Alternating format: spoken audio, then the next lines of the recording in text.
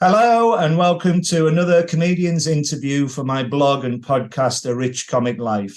My name is Richard Gill, and my blog describes my experiences of watching over 1,000 comedians over the last 48 years. My guest today is the wonderful comedian, Mr. Joe Jacobs. Yeah! Thank you. Hello, mate. Thank you. How are you? I'm all right, my friend. How are you? All the better for seeing your smiling grill. Well, it's a pleasure, and thank you so much for being a great guest. I'm so looking forward to our I chat. haven't been the guest yet. You don't know if I'm Well, right. no, it's great that you're here. All right. Yeah, yeah. I'll take that.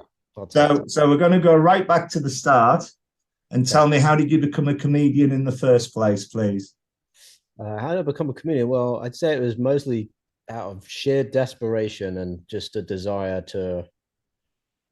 I just wanted that connection. I really felt like I at least had to give it a try, and that I was destined to tit about on a stage. So, That's the most perfect answer. and that's what happened, really. So what year are we talking about? I think it was, I want to say 2011, maybe Right. 2010. Yeah. I thought about doing it for many years. And Did you have a job before you became a comedian, or? oh yeah, I had loads of jobs, lots Yeah. of, and I did music since 2008, made music. So Right. I had performed, but didn't do stand up. It took me a while to get the courage to do stand up. Yeah. And what made you go into it then? Was it just something you'd always wanted to have a go at? Well, man, it just seemed like the best possible job I could imagine, really, to be able to do that. And I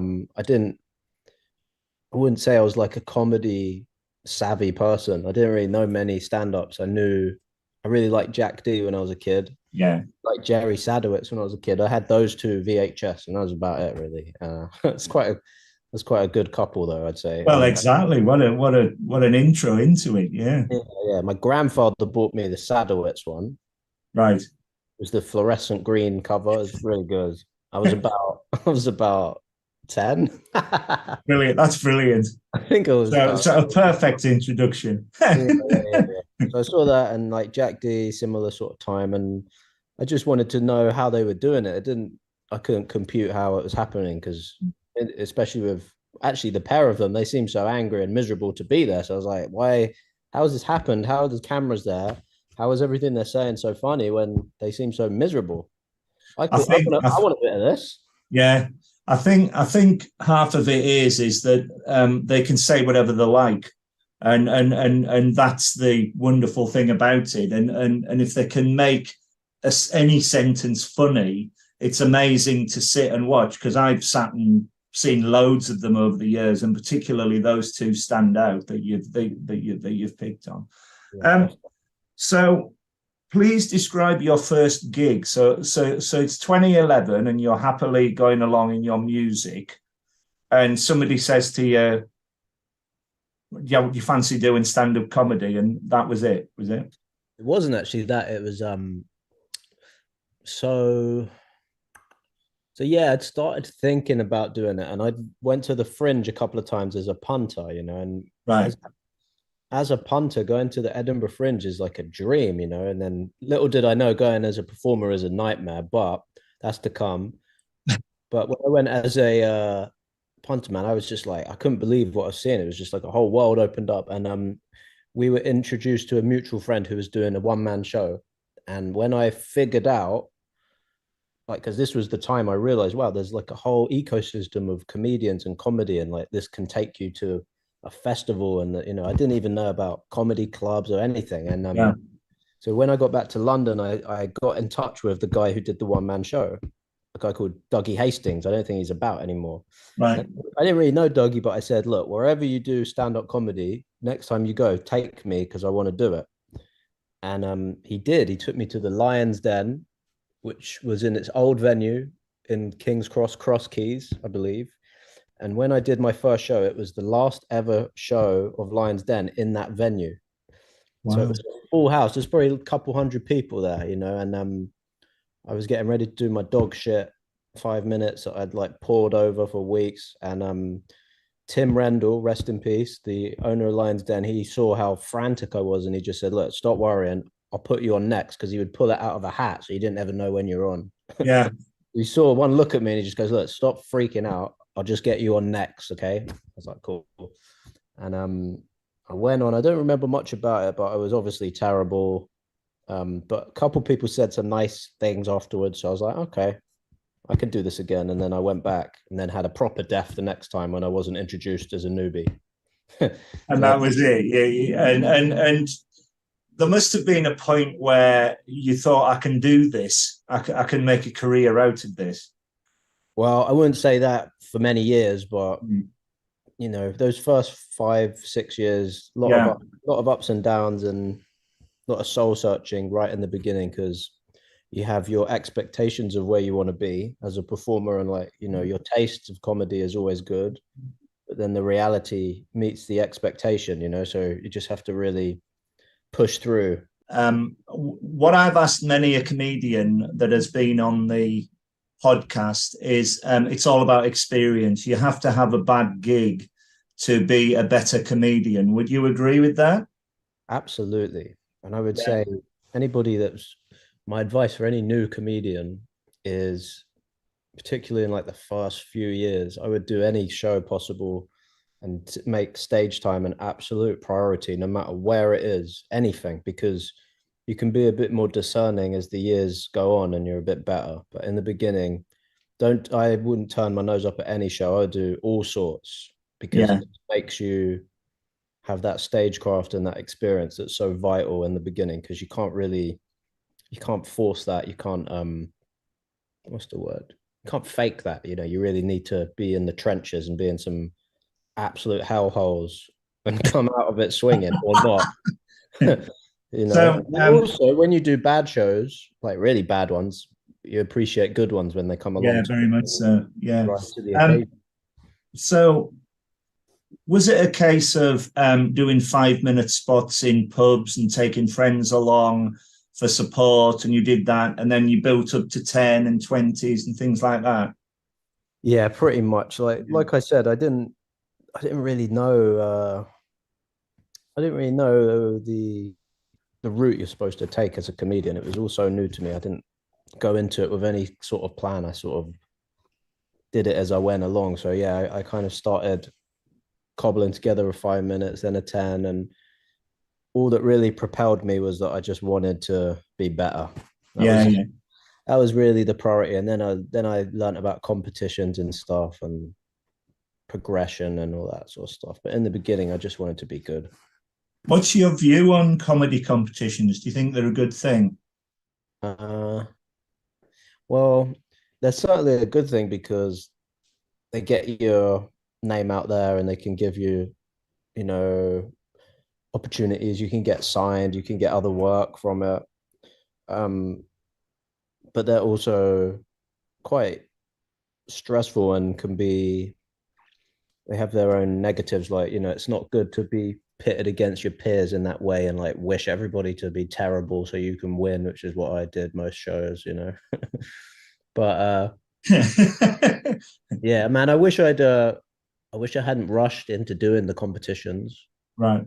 because when I think back, the nerves always got to me in competitions and I never really smashed it because I was kind of pandering, I felt, to what I assumed they might want rather than being true to myself.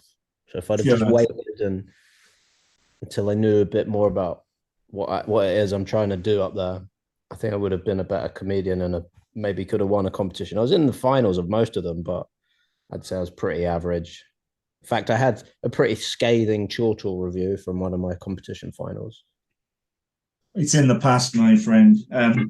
What I wanted to say to you is, I've seen you very recently at 21 Soho Comedy Club, and I was so impressed because I thought there was not you weren't only very funny, but there was a degree of originality there. I loved the grimness of life, the depreciation in your comedy, but then you burst into rap, and that was extraordinary. There was a lot of you reminded me of the comedian Stephen Wright, very much so, Okay. and he was very dour, and it was so wonderful, and everybody who we were with, they were gripped at what you were going to say or do next. So well done. It was a superb performance that night. Thank you, man. That's so kind. Yeah, it was a good night. I don't know Stephen And Wright very well. I have to check him out. he's well, very similar, but without the rapping. Uh, Um, uh, how did the rapping come about? How did you decide to merge the two together? well, like I said, I did rap before comedy. Yeah. I was Mm. always doing them side by side, and I wasn't really enough of a strong enough comic to bring in the music in a way that felt authentic. So it took quite a few years before I just thought, let's just try it. And I wanted to, yeah, I just experimented with the songs that I had and figured out what could work and what might not work. And yeah, it was like it's a slow process because I don't like to make musical comedy per se. I like to make music that's funny that works in the set. So there are things I could do which I choose not to do because it would be like a bit of a safe kind of pedestrian way of approaching it, because Yeah, I yeah, have a lot of respect for hip hop, so I don't want to belittle it and make it kind of lame. So I don't, I don't pander to an audience either. I just do a rap song. It's not like a slowed down yeah. kind of. I kind of just do what I do, and if they don't catch it, then I'm sorry. Well, it does work, my friend. We were amazed with it. Uh, Thanks. Tell me about your writing process then for a routine or a show. Do you base it on certain themes that are happening or things that have happened to you? How do you approach the writing process? Well, there's a bit of everything really because it can be whatever you want it to be. Sometimes I try and like take a bite out of a popular issue of the day or something that's a bit current, or it could be something that's personal to me and that has significance, like an issue that I want to cover. Um, or yeah, it might just be sort of story based things that have happened to me, experiences that I want to condense into a set. It's really everything. I don't really have a plan. It's Yeah. very freeing in that respect. You can just make it whatever you want. Yeah. That's the magic of it, I think, because as I say, what you've got is the originality. Because when you walk out onto the stage, once you've got the microphone in your hand, you can basically say anything you like. And once you've got an audience with the originality, with the rapping or whatever it is, you can then you've got them, and we were totally focused on the performance. It was a unique thing to see. Nice one. Well, it doesn't always go that way, but it was a good show you saw. Yeah. Um, what to date? What's been your best and worst comedy gig? I can't imagine somebody like you having a bad gig. Oh, I've had some bad gigs. Believe me. I've had some bad ones. I had a bad one quite recently, actually. My best gig would probably be when I was on Harry Hill on Channel 4. That was a nice day. Oh, mate, brilliant! He's such a good bloke, isn't he? Ah, yeah, he's the best. Yeah, That was like that was like just a perfect day, nice show. Just yeah, it was just a great time.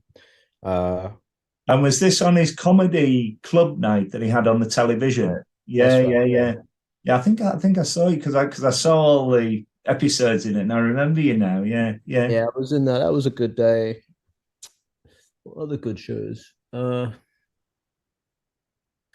Like no particular ones really jump out. It's just when it's more about places really. Like Yeah, certain clubs are just a joy to play at. I love Top Secret. I love playing yeah, the store. yeah. Stuff. But yeah, I'd say Harry Hill was a big moment. It was a big deal for me to go on TV and for it to be something I was It's happy. amazing. Yeah. What about the worst one? What about the worst one? How much time you got, Rich? Well, please, we've got loads of time. I can't imagine it being that bad. Worst shows.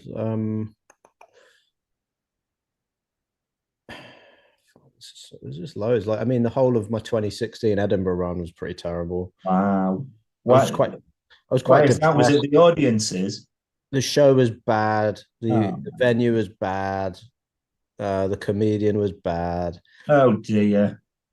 And I remember one day, a reviewer came one night on one of the worst nights ever. I was like so hungover. I was just a mess. I might have had my girlfriend at the time bought me a massage because it was really near the end of the fringe. So she bought me a massage to sort of help me de-stress. And Yeah, yeah. really did the job. But I had one more show left to do. So it was like I was on heavy medication. I just couldn't get through it. That was a bad show. But one time a reviewer came one night and it wasn't great. And then the next day he came back and I was like, oh wow, repeat business. This is great. But he just said, oh no, I forgot my coat. That was quite Oh bad. no. Oh mate. That's a good moment. What else? Bad shows. I did a show in Amsterdam once, and this bodybuilder was at the back, and he was threatening to murder me during the show, like vocally, like saying, "I'm going to kill you. I'm going to kill you after the show." And the Wow. commentator was at the back, and I was like, "Are you? Is that? Is anything going to happen with this? Should I just carry on?" And he was too scared, so I sort of started making fun of the bodybuilder. So everybody's laughing, everyone's having a great time, but the show's going well. But I am concerned that I will be murdered shortly Wow. afterwards. So I've left very quickly afterwards. A lot of the time, the bad gigs are the ones that are just mediocre. If you're just flat, Yeah. that's actually worse than a death because if you die, you can at least go down swinging and amuse yourself.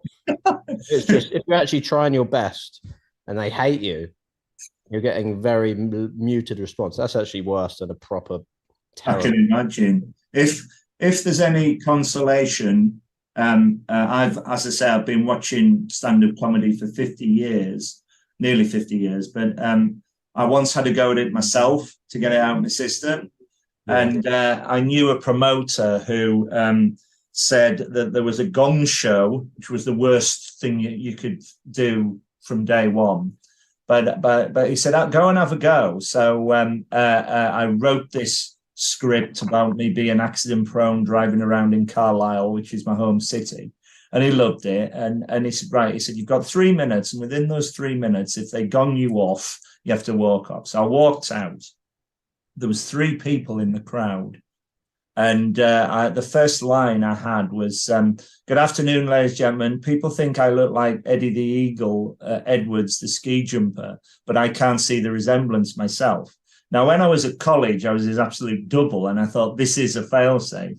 Some bloke just at the back went, fuck off, and got me off. I lasted about 10 seconds, and I was so dejected, and the promoter went, have another guy. I said, no, I think my giant is in the audience. And it's so big. Never That's say not never. very nice of the guy to do that if there was only three of them. That's It not a was very reflection of you. humiliating. Never say never again, but you never know. And talking I've done all the Gong shows, man. They don't really, they're completely arbitrary. The act is the audience for those shows, you know. yeah. Doesn't really matter. No. You just got to plow on. Talking about Harry Hill, I first met Harry Hill 30 years ago, and he was downstairs at the King's Head. He was headlining it, and he was late for the show. And he brushed past me, climbed up onto the stage, and he said, ladies and gentlemen, I'm really sorry I'm late. I had to have a testicle brought down and got a laugh. And then he said, from Derby. And to this day, it's the best opening line I've ever heard. And when I met him, I told him this, and he said, "Oh, Rich," he said, "I still use this line to this day." He's wonderful, and it's so great that he's come back from the television and doing all the clubs again. So it's Yeah, lovely. he's amazing. He's He's great. a, he's, he's a Great line. terrific comedian. Oh, excuse me. So we touched on nerves before. How do you cope with nerves? Any nerves before you go on stage? Do you get nervous, or how does that work? Do you have a routine to combat nerves? Well, in the beginning, nerves are a huge issue when Yeah, you're starting out and the gigs are getting bigger and more important and you're putting so much pressure on yourself and you're making them seem so important. But if you keep progressing and keep doing it, eventually you find that you don't actually have the time to be nervous. You just have to yeah. just get on with it. Eventually, Yeah. it sort of goes away. So I don't get too nervous these days. And if I do, I might meditate if I'm particularly stressed in the day, or you kind of take a moment to realize what the emotion is, because usually the nerves are kind of excitement if you actually think about, if you contextualize why you're feeling like this. If unless you're in a competition or it's real high stakes or people are coming to watch you or something, but usually you can just sort of channel what you feel into a bit of excitement if you're Yeah, yeah, yeah. not easy, but Would you say that once you uh, start talking into the microphone, the nerves go? um more often than not, yeah. Yeah, But yeah, it's definitely the majority of any concerns go when you take to the stage, certainly yeah, when you just get a feel for how it's going to be. But if it's a rowdy audience or things aren't going well, then the nerves will come back. yeah, yeah.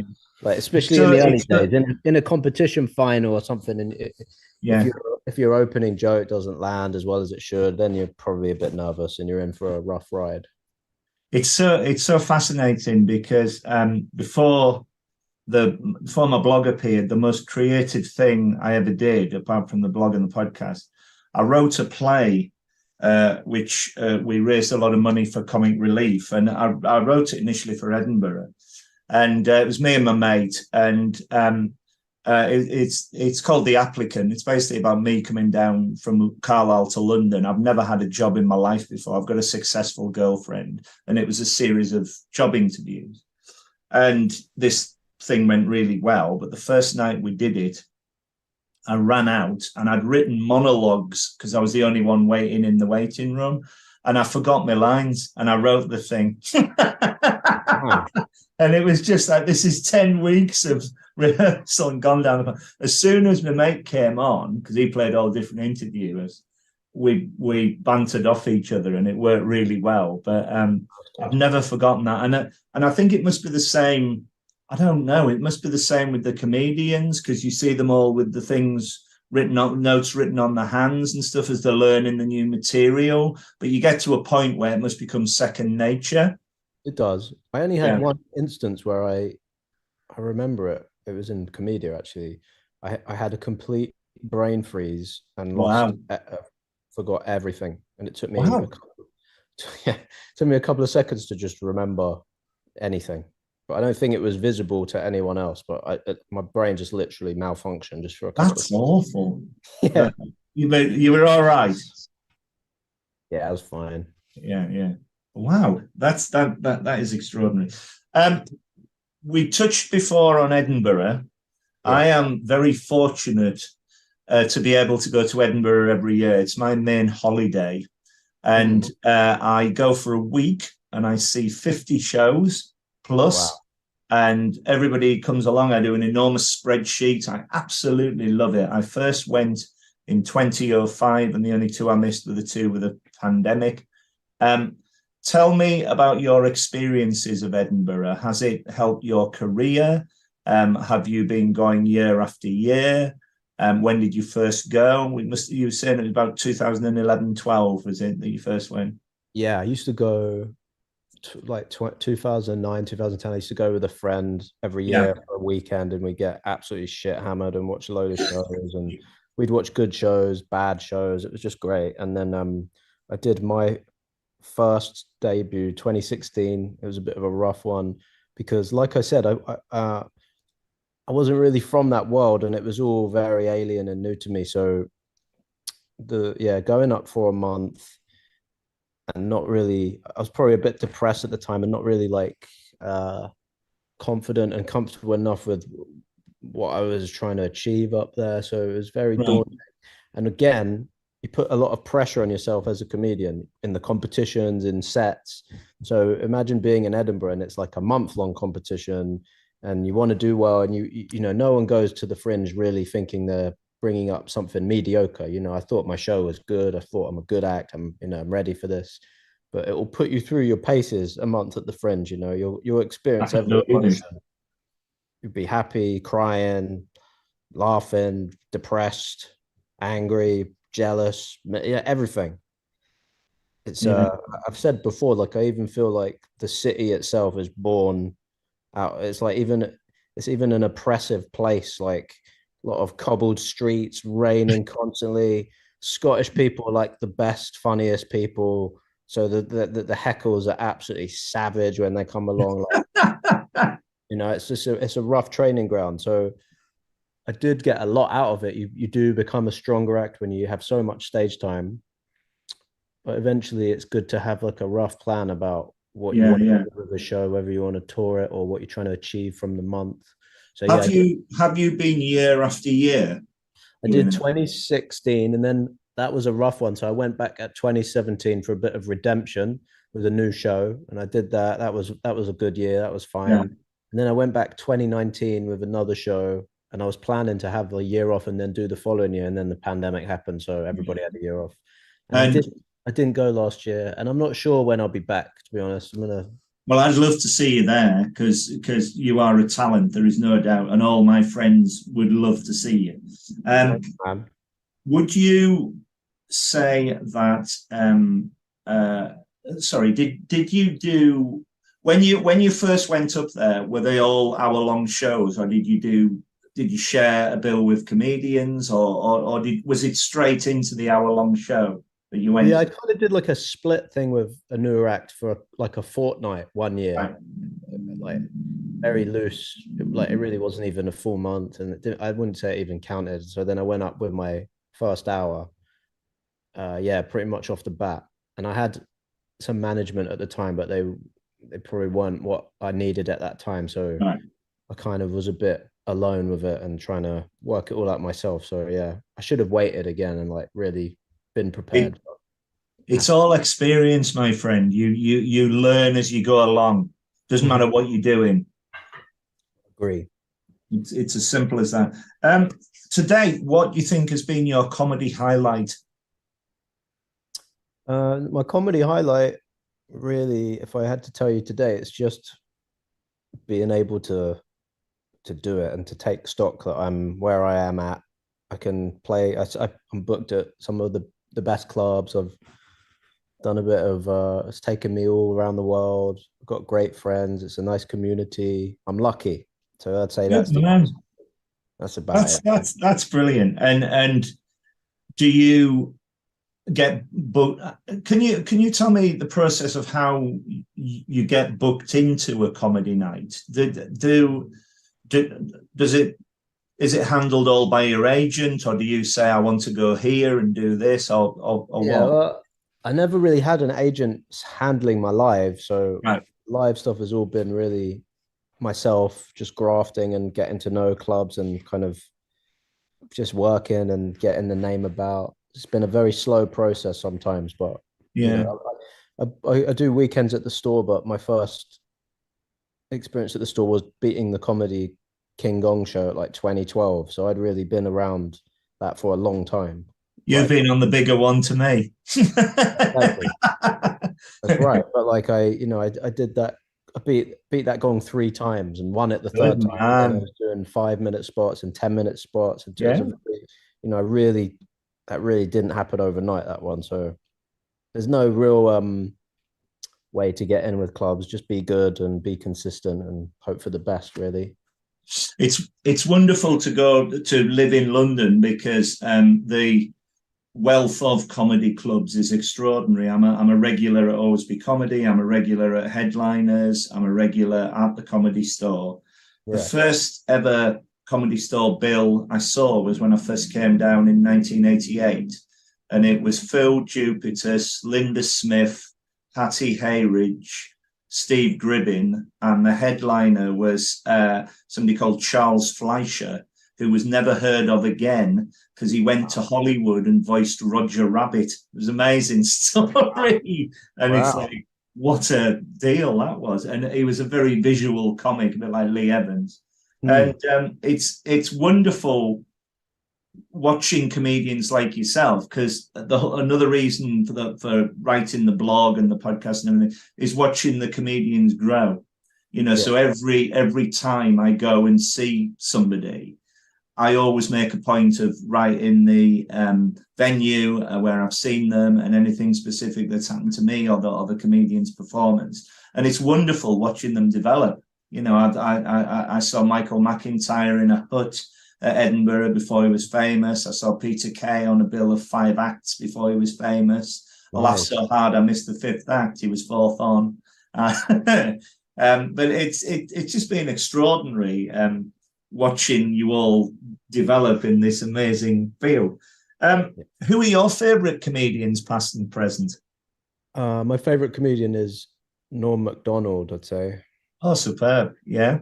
Yeah, he's my favorite. Why is that?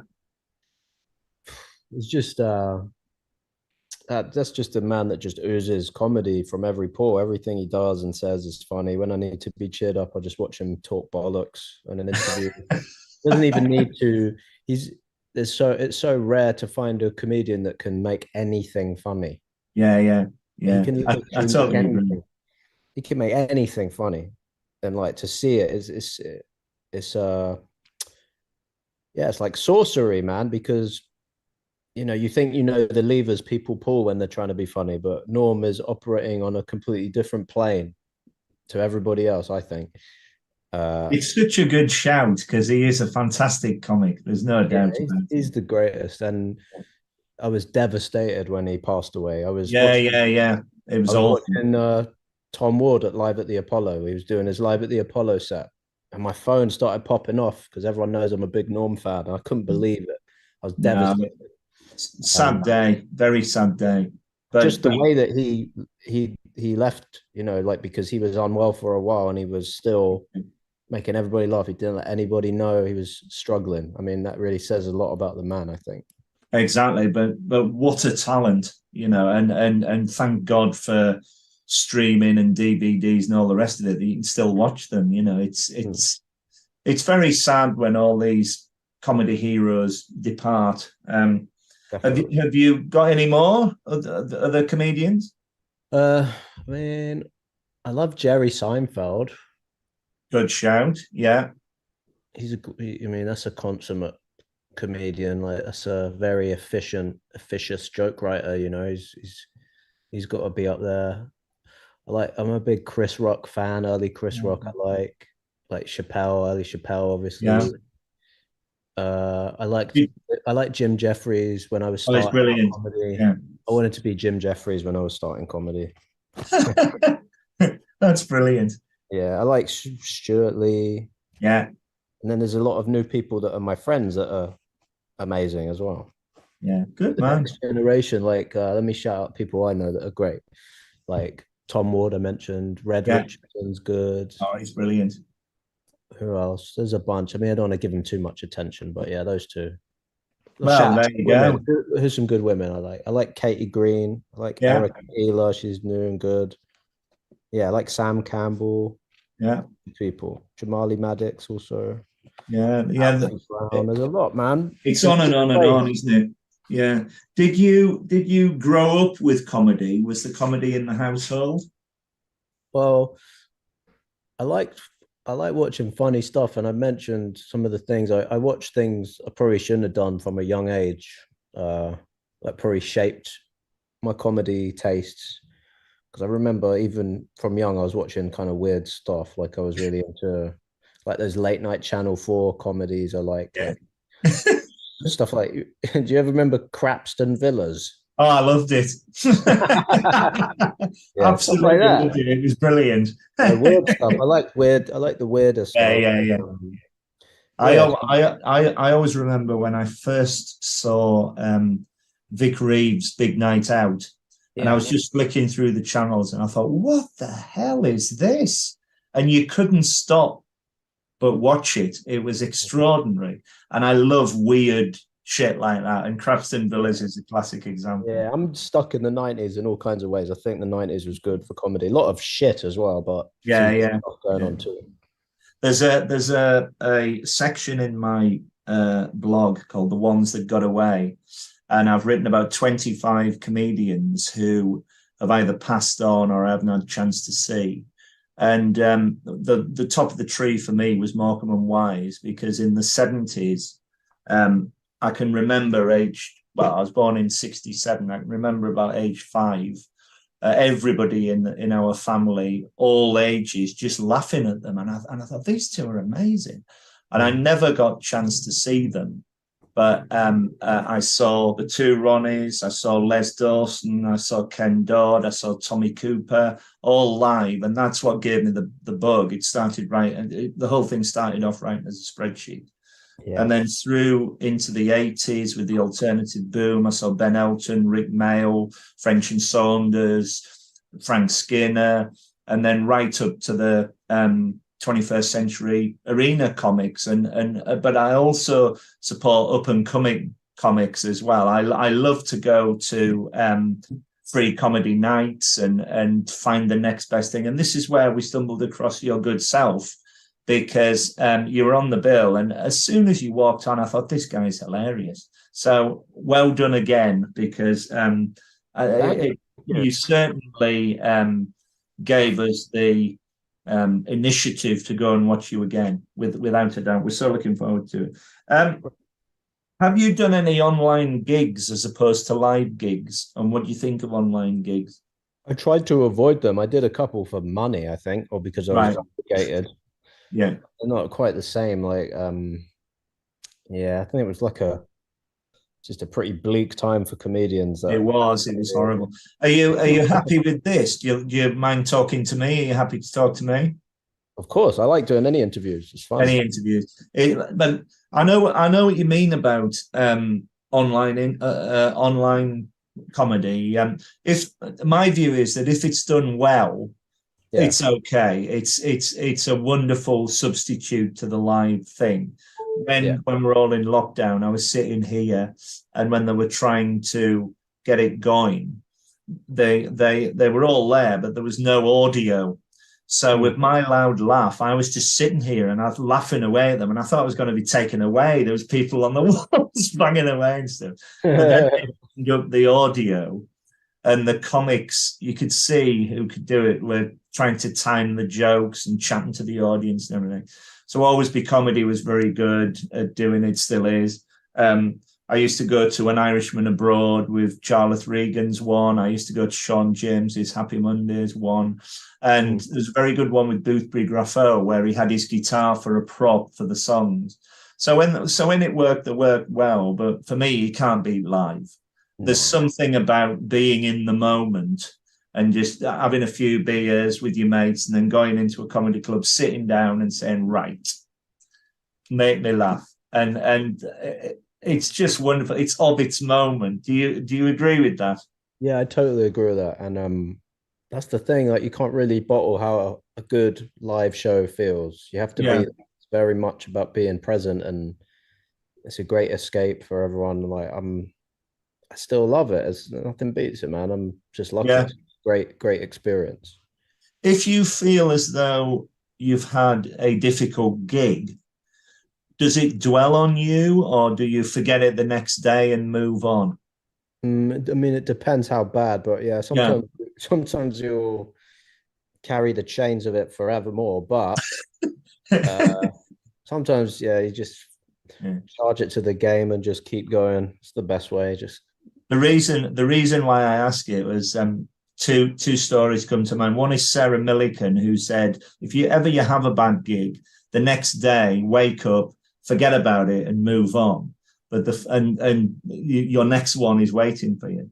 But the funniest one was Ken Dodd, where he was describing a laugh, and he said Freud described a laugh as, and then he went into this great elongated sentence.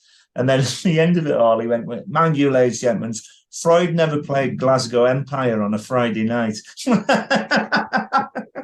Yeah. And it's such a, I've never been, I've always wanted to go because it can't be that bad. Probably was in his day, I imagine. Yeah, probably, yeah. This is what I was asking about, where you go to your, how do you decide where you're going to play? Because are there areas, say for example, if you go on tour, do you find different areas all over Britain? You play to different audiences and you adapt your material to them. Is that a fair point? I don't know if you like you adapt to the environment. I wouldn't adapt to like individuals. I kind of want it to be universal, and I can't if you pander too much to an audience, what you're doing, then it's going to dilute your act. So you can't pander Yeah, too much, but you certainly have to be in the moment and go with what's happening in the room and the people present and the situation, like the world at large. It all matters, and yeah, every show is different. yeah. Good. Yeah, it's good. And like me, do you go to a lot of comedy gigs as a member of the audience? You know what? I don't go to enough of them because I feel like I've ruined stand-up comedy for myself. So like if I watch a show, I'll be sitting there like stroking my chin, thinking, "Yeah, that was good. Yeah, that was it. Yeah, I Please like don't get that." jealous. So I don't watch enough, but um, so yeah, sometimes you'll see a show. So I do like watching hour-long shows when I can for people that I want to support and people I'm Yeah, interested in. And when a comedian is able to get you out of your own head and really show you how it's done and be original and do some stuff you'd never seen before, that's really something special. So yeah, I will see comedy just for that, for yeah. the hope that that will happen. Because when it does, it's amazing. If you're on a bill of comedians, would you stay and watch the other acts? No, of course not. I'm out now. No, of course I will. I'll watch them all. Yeah. Definitely. I love it. I love to see what everyone's doing, especially if it's a bit of a lively one. I want to see how they cope out Yeah. there. No, I'll watch people for sure. I love comedy. Good man. Don't we all? It's the most wonderful art form. I've so much enjoyed chatting to you. Is there Likewise. anything else you would like to say before we go? Are you writing any books? Have you got any TV shows? Have you got a tour coming up? What's Man, your I wish I social had any of media those things thing? at the moment. But I might be shooting like a little show. So I got a mailing list at joejacobs.website, and I'm a rapper, so I got an album out at the moment. It's called Moose Solutions. That's on Good Spotify. man. My rap name is Jester Jacobs, so you might find that if you're into hip hop. I'm assuming you're not a rap fan. I love it. I love all forms of music. All right, My look, let me my show my. you. Hang on. Yeah, please do. Yeah. Got one here for you. I wrote it during the lockdown. Look at the album. This is amazing. Look at this. Yeah, it's called Moose Solutions. It's That's out now. fantastic. You can buy it, you can stream it, it's everywhere. Well, I wish you all the best with that. I really do. Yeah. And what's your social media handle again? My social media is at Jester Jacobs. And are you on all the social media sites? Yeah, I'm on Instagram probably the most and YouTube. Right. Yeah. Good man. Well, I, for one, cannot wait to come and see you again soon live. It was Look such an forward to it. impressive performance. Thank you so much, man. Really And appreciate it. thank you so much for being a great guest. I've much enjoyed talking to you. Peace, brother. All the best to you. See you later.